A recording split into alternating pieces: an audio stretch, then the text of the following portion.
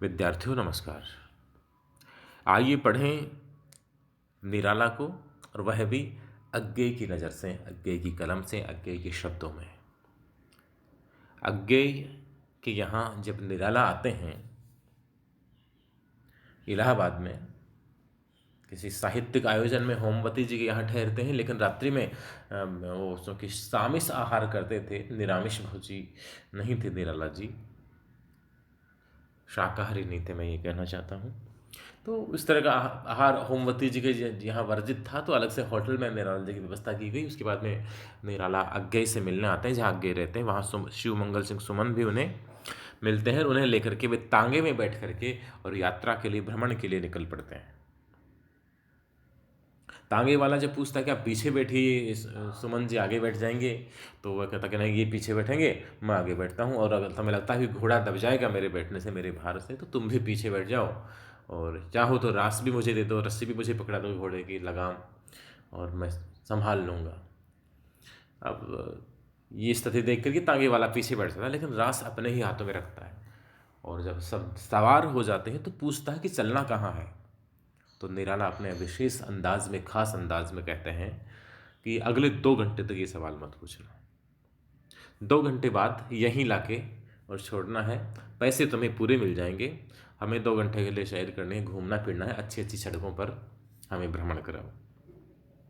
तांगे वाला सरकार कह के तांगे आगे बढ़ा देता है, और अज्ञेय भी 2 घंटे के लिए निश्चिंत हो जाता है कि हाँ, 2 घंटे मैं अपने मर्जी से रह सकता हूँ, और अपने आवास पे आ जाते हैं दूसरी मंजिल पर। रात की लगभग 12 बजे तांगा लौटा और सुमन अकेले ऊपर आए।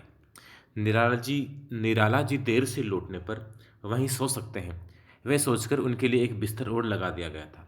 लेकिन सुमन ने बताया कि निराला जी सोएंगे तो वहीं जहाँ ठहरे हैं, क्योंकि होमवती से कहकर नहीं आए थे। इतना ख्याल है, इतना फक्कड़ जीवन, फिर भी दूसरों का इतना ख्याल। निराला जैसा अलमस्त फकीर, कबीर से बड़ा उनका कुछ मामलों में उनका व्यक्तित्व मिलता है, चाहे विद्रोही प्रवृत्ति हो या जिंदगी जीने का विश्वास हो, या अज्ञेय के शब्दों में कहें तो मैं मरूंगा सुखी क्योंकि मैंने जिंदगी की धज्जियां उड़ाई हैं। वो धज्जियां उड़ाने वाला अंदाज हो। निराला बेजोड़ कवि है हिंदी में, लेकिन इतनी फकीराना तबीयत के बाद भी, इतने मस्ती भरे व्यक्तित्व के बाद भी, इतने विद्रोही व्यक्तित्व के बाद भी निराला दूसरों को असुविधा न हो, इसका पूरा पूरा ख्याल रखते हैं। रात की 12 बजे तक वे तांगे में घूमते रहे, लेकिन अज्ञेय के यहाँ इसलिए नहीं ठहरे कि वो होमवती जी को कहकर नहीं आए थे कि मैं बाहर ठहर जाऊंगा, उनको चिंता होगी, इसलिए कहा कि ठहरूंगा वहीं जहाँ ठहरा हूँ, वहीं सोऊंगा। होमवती जी के वहीं गए। अगले दिन सवेरे ही मैं होमवती जी के यहाँ देखने गया कि सब कुछ ठीक ठाक तो है। तो होमवती जी ने अलग ले जाकर मुझे कहा, भैया तुम्हारे कवि जी ने कल शाम को बाहर जो किया हो, यहाँ तो बड़े शांत भाव से शिष्ट ढंग से रहते हैं। बाहर चाहे उन्होंने मदिरा पी हो, शराब पी हो, आमिष आहार किया हो, या भ्रमण किया हो, या अन्य कोई किसी प्रकार का स्वच्छंद जीवन जिया हो, लेकिन यहाँ तो बड़े शिष्ट ढंग से रह रहे। ये निराला के व्यक्तित्व की विलक्षण बात थी। मैंने कहा चलिए, आप निश्चिंत हुई तो हम भी निश्चिंत हुए, यूँ डरने की कोई बात भी नहीं है। निराला जी बड़े शिष्ट व्यक्ति हैं। दूसरे दिन में शाम से ही निराला जी को अपने यहाँ ले आया। भोजन उन्होंने वहीं किया, फिर प्रसन्न होकर कई कविताएं सुनाई। काश कि उन दोनों टेप रिकॉर्डर होते हैं। टेप रिकॉर्डर का जमाना नहीं था, वरना रिकॉर्ड कर ली जाती। राम की शक्ति पूजा, अथवा जागो फिर एक बार, अथवा बादल राग के ये वाचन परवर्ती पीढ़ियों के लिए संचित कर लिए गए होते अगर टेप रिकॉर्डर की व्यवस्था होती तो। निराला के शब्दों में, निराला के स्वर में निराला की रचनाएं सुनना अद्भुत अनुभव हो सकता था। मुझे शायद बाल कवि बैरागी का संस्मरण याद आता है कि किसी काव्य सम्मेलन में बड़े बड़े कवि काव्य मंच पर थे, अचानक वहाँ लाइट चली जाती है। माइक भी उस ज़माने में यूँ हुआ करते थे, और अपार भीड़ थी, और पहले से लोग कवियों को हूट कर रहे थे, सुनना नहीं चाह रहे थे।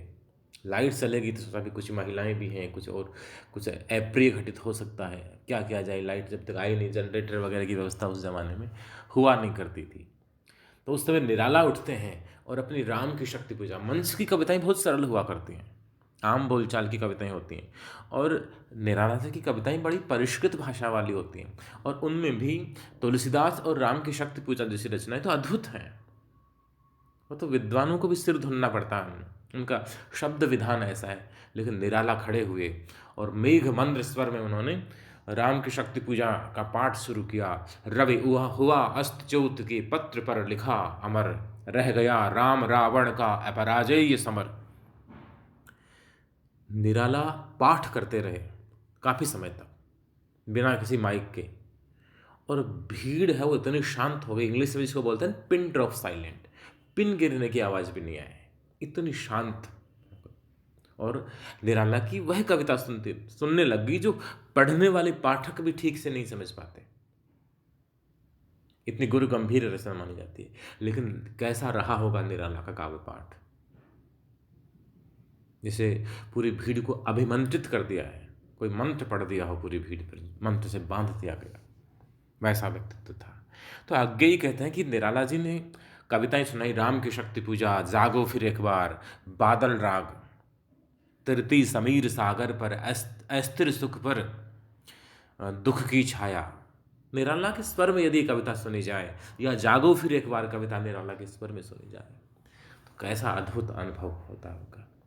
लेकिन अज्ञेय को भी इस बात का अफसोस होता है कि उस जमाने में टैप रिकॉर्डर आया नहीं था, इसलिए निराला के काव्य पाठ को रिकॉर्ड नहीं किया जा सका। प्राचीन काल में काव्यवाचक जैसे भी रहे हों, मेरे युग में तो निराला जैसा काव्यवाचक दूसरा नहीं हुआ। पुराने समय में सूरदास की प्रस्तुति पता नहीं कैसी होती होगी, मीरा कैसे गाती होंगी, वाल्मीकि, तुलसीदास और ये कालिदास कैसे कविता पढ़ते होंगे, ये नहीं पता। लेकिन आज्ञेय कहते हैं कि मेरे युग में, मेरे ज़माने में निराला जैसा काव्यवाचक, कविता पढ़ने वाला दूसरा कोई नहीं हुआ।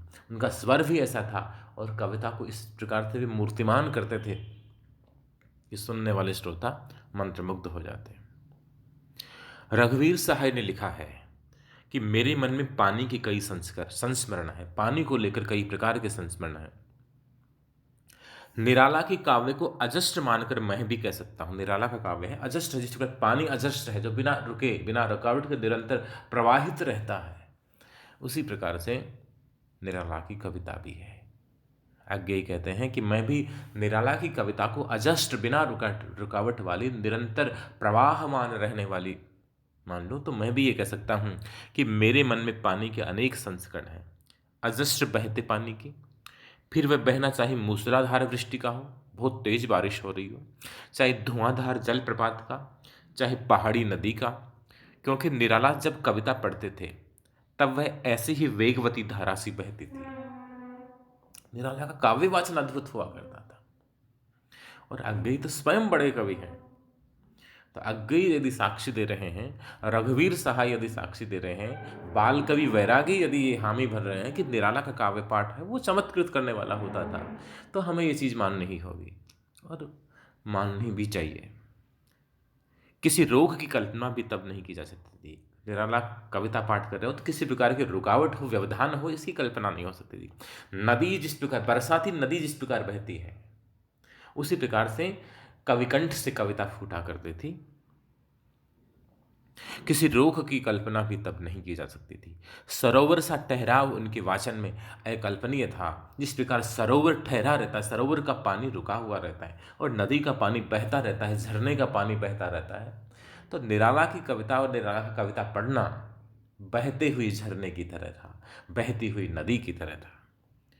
और क्योंकि पानी के अनेक संस्करण हैं, इसलिए उन्हें दोहराऊंगा नहीं। पानी के अनेक रूप हैं, बहते हुए पानी के, टपकते हुए पानी के, लहरीले पानी के, लहराते हुए पानी के, गहराते हुए पानी के अनेक संस्करण होते हैं, अनेक रूप होते हैं। नदी का पानी, तालाब का पानी, इसका सरोवर का पानी, समंदर का पानी, बादल का पानी, अनेक अलग अलग रूप हैं।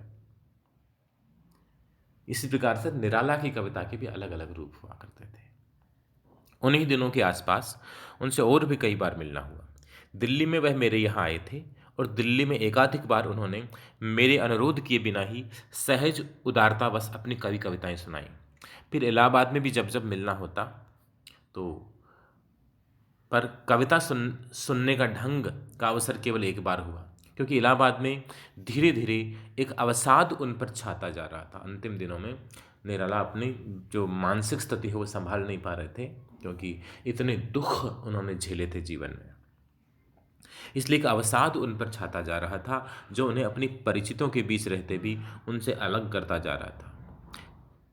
तो इस प्रकार से निराला के व्यक्तित्व के अनेक रंग, अनेक छवियां, अनेक चित्र हैं, वे इस संस्मरण में सामने आते हैं। धन्यवाद।